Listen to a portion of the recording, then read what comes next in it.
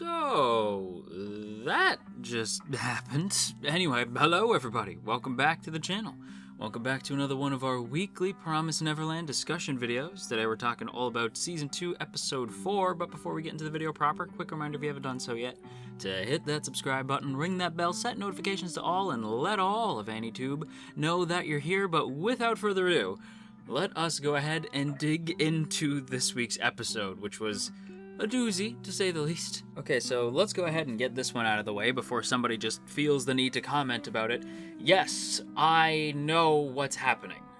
Yes, I am aware that the show is apparently going in a different direction to the manga. And now, you guys know me, that I'm anime only, so I assume that you know where I stand on this.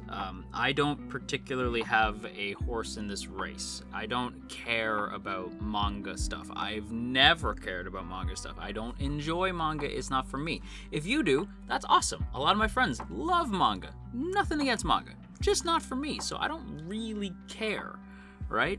But in this case, what has been cut is, and I could be getting the name of this arc incorrect, but I believe it's called Goldie Pond or something like that. I don't super remember. Something like that? I don't know. But this arc, according to everybody that I follow on Twitter, is the best arc of the whole thing. And everyone's like, they're not cutting the best arc, are they? And then the episode came out, and then I saw a lot of people going like, they wouldn't, right? And so now I'm like, uh-oh. What does that mean? So I'm of two minds.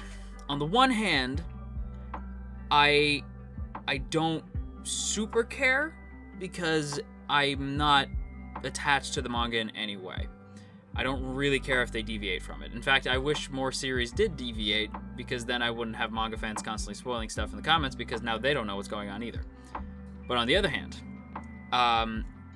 this ending was great, right? The ending of this episode was great. So great, in fact, it felt like you could have ended a season on this ending. And if I didn't know what was happening, if I didn't know that they just possibly cut out, I don't super know, so don't get upset at me yet, but judging off my Twitter, it feels like they just cut an entire arc out, and that this would have been an amazing place to leave a season on this huge what the hell is going to happen moment. So, if you're going to do that in episode 4, then oh my god, you need to be bringing straight heat from there on out. Because this episode was fire.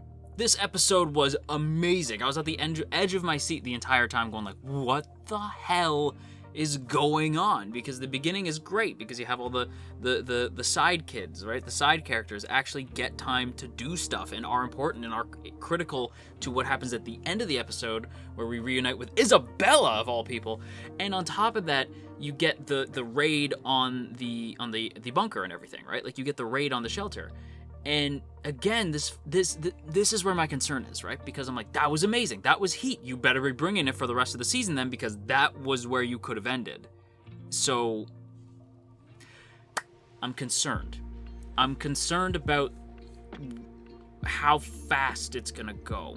Because I don't know about you, but as an anime only, and I know a lot of you guys who watch these videos are also anime only, did that feel really fast?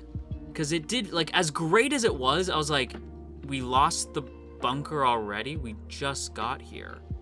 You know what I mean? Like, we literally just got here. And I know that in universe, like, bare minimum a month or two has passed, right? So it's like, okay, so they spent a lot of time there, so they're attached to it. So when they're like, our home, it's like, oh yeah, I get that you think that. But as a viewer, I don't care about the bunker yet. You just introduced it. So how am I supposed to care about losing something that you just gave me? And the bunker was super intriguing. So it's like, oh, you just kind of brushed a lot of it aside, you know? And it's sort of like, I don't know. I don't know how to feel. Like, it was hype. I had a good time watching it. Don't get me wrong. I had a great time watching it. I wish I did a reaction, but I didn't do a reaction because I think everybody just assumed, like, the reaction will come later, right? Because a lot of people told me, like, just wait for it, it's gonna get hype. But now, this episode should have been one that I reacted to and put up on the second channel whenever I get around to it, because I'm notorious for not uploading them on time. But now it's like, well, I definitely, you guys missed me screaming, because I was like, what's happening? It was a great episode. My concern is just, like, what happens from here, right? Because, again, like, these videos are as episodic as the shows that we cover, you know, like, they are my week-to-week thoughts on the series. I want to even stop saying that we're going to dig into this week's episode, because it's not always the thing we talk about. Look at what we're talking about right now. It's not always the thing we talk about. The episode is 9 times out of 10 the thing we talk about, but it's not always. And I think that this episode, being as good as it was, and yet spelling such sort of uneasiness in me, is definitely a testament to how much I care, because I love this show. Like, season 1 was one of my favorite first seasons of any show ever. I frigging love Promised Neverland season 1. I honestly think it's perfect. Like, that's just me. I know a lot of people disagree, especially manga fans, but to me, I adore the first season of Promised Neverland. If you go to my Annie list, it's in my top 10 or top 20. I don't remember which. I have a top 22 on Annie list. It's just because the formatting of the website, just 22 looked cleaner. But yeah, like, it's one of my favorite seasons of anything, right? I loved the first season.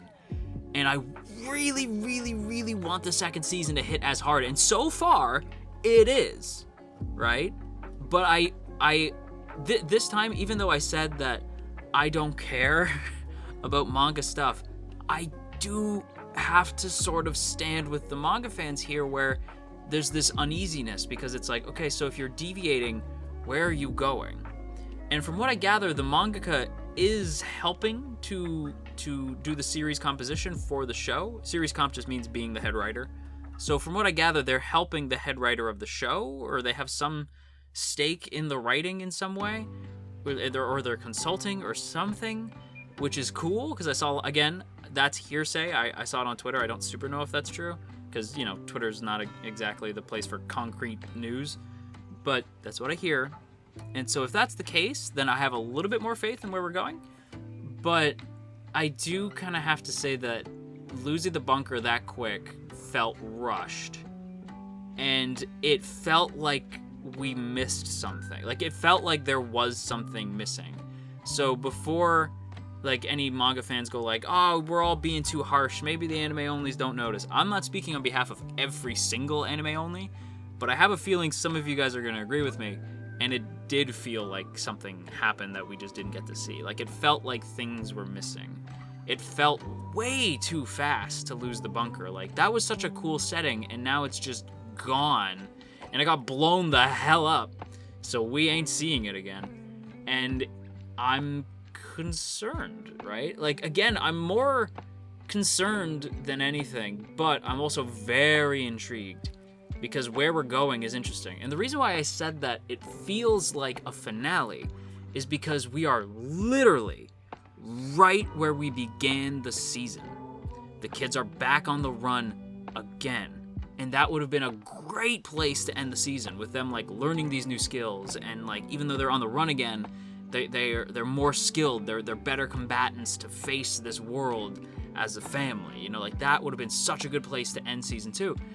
But it happened at episode 4. So I'm like, oh, wow, okay. Like, that felt, it just felt sort of like, again, like, it felt like there was a whole thing that we missed, and that it would have padded it out to be a whole season. Probably not a whole season, but just, like, there would have been more to it. And I'm not saying that what I've seen is bad. I have to stress that. I loved it. I really did. I'm just concerned. Like, to further hammer home, there's, like, this episode has so much to like, right? And I don't want this whole video to just be me being like, what's gonna happen? Like, I'm doing that on the inside. I'm like, ah, like, just freaking out, like, what are they doing? Like, just because I'm panicking, because listen, I have only read one manga my entire life, and that was Tokyo Ghoul. You want to know why? Because Route A was trash, and I knew that I had no other option but to read the manga. It's the only time that's happened. And I don't want that to happen again. I really don't want that. I doubt it, just because these last 4 episodes have been fire. So if it just keeps the same level of quality, I'm here for it. Like, honestly, I think the studio did... Like, my issue with a lot of the things that TMS makes is that sometimes it feels like they only move when they feel the need to. But this week's episode, like, had a lot of Sakuga in it, and I appreciated it, especially when Toma is trying to catch the gui, whatever they called the fish. There was, like, a lot of character acting in that. I thought it was really, like, and when I say character acting, I mean just, like, character animation, right, in that moment. And I was really impressed with that. And speaking of Toma, like, I do want to stress that this episode, again, having a lot to like, has so much time to devote to the side characters who have been sort of making their presence more and more known, right? I think of them, Dominic is probably my favorite. I've tweeted about this already, that Dominic, or as I call him, Norman Light, because he looks like Norman, but Norman Light is probably my favorite of the new bunch. He is my son.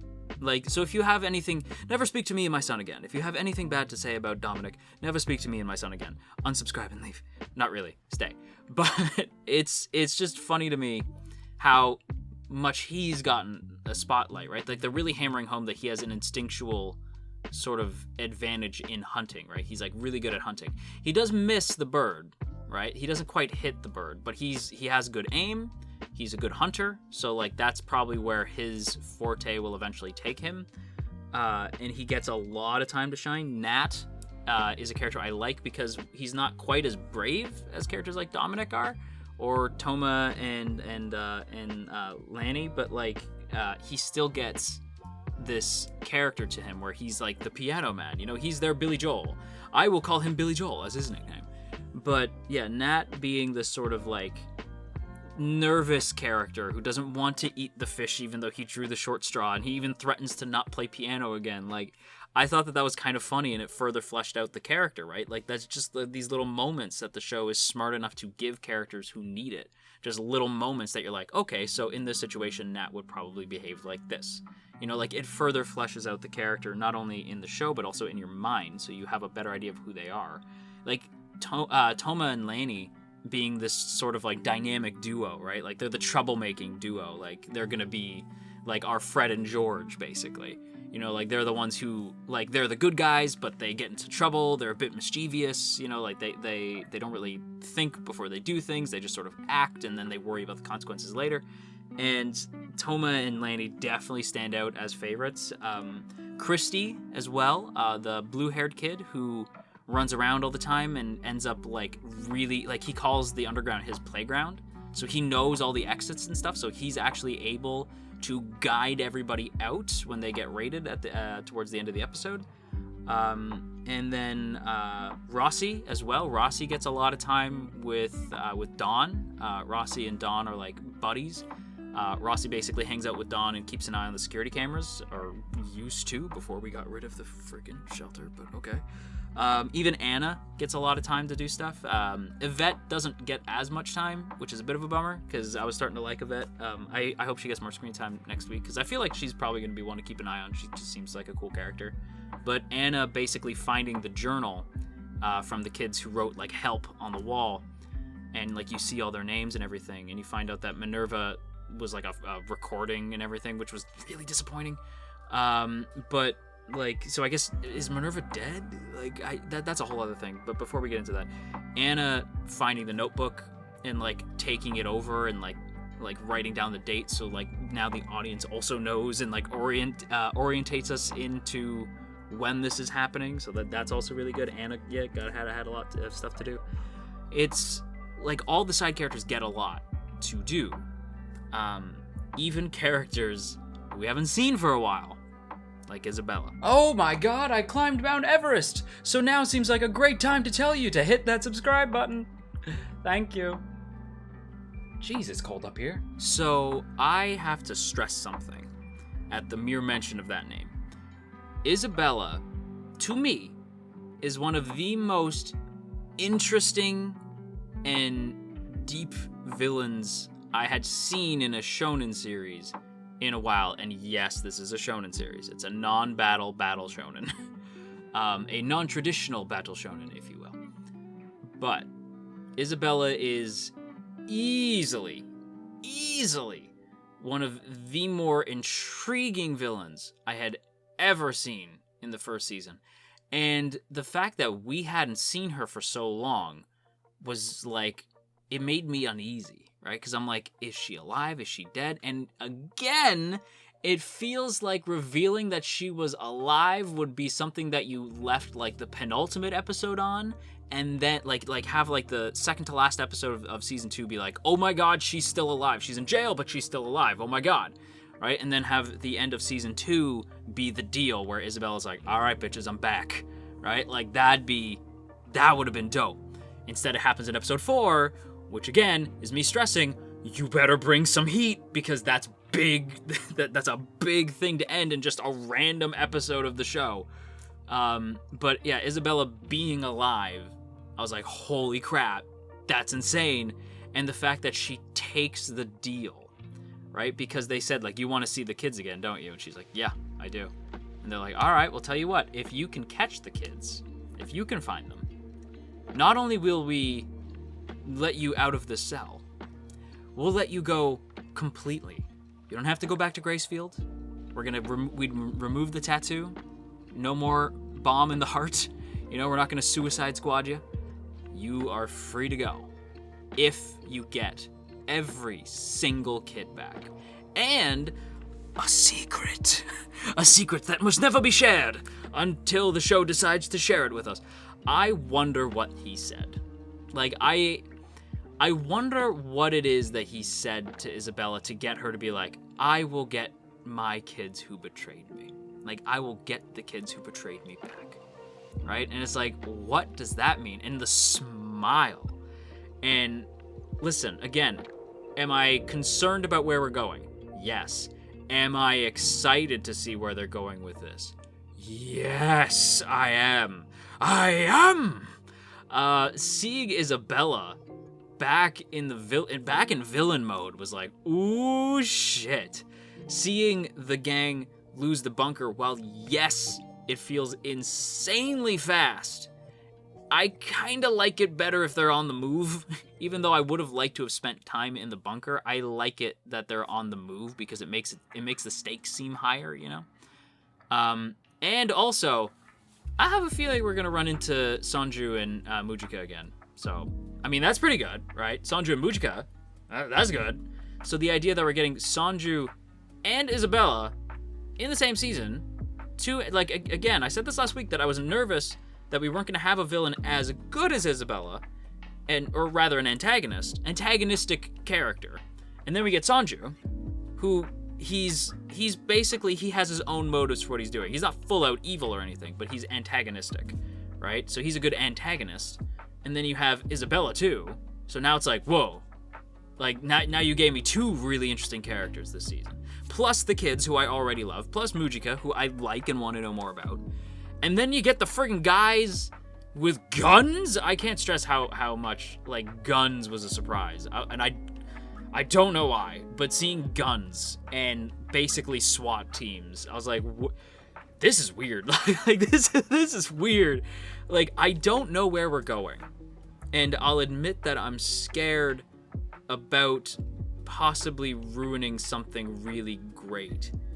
Because, again, manga fans have told me how great this arc was, and if it's not here, that's concerning. Again, maybe the arc's still here. Maybe we're going into it now. I can only tell you what Twitter was telling me, and all of Twitter was like, are we really skipping this arc?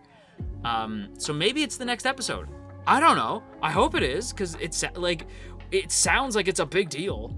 So it'd be cool to see it, but if we don't, then I'm going to be the optimist here.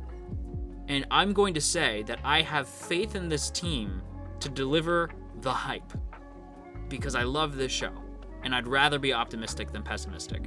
So I am going to fully trust them that they're going to deliver, because the end of this episode was, oh my god, crazy good. So with that said, everybody, that is going to wrap up today's video here, so I hope you guys enjoyed. If you did, don't forget to boop that up snoot, share if you care, leave a comment down below, and of course, make sure that you hit that subscribe button, ring that bell, set notifications to all, and let all of AniTube know that you're here.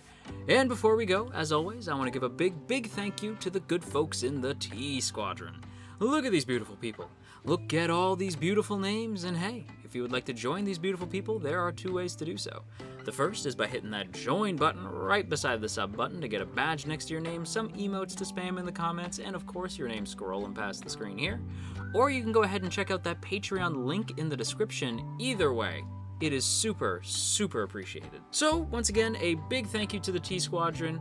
I hope nobody mistakes my nervousness for pessimism, because again, I loved this week's episode. I really did. I'm just nervous because I really want this whole season to be good. And I'm sure it will be. It's just a little nerve-wracking. But until next time, you stay classy, AniTube, and you wash your dang hands.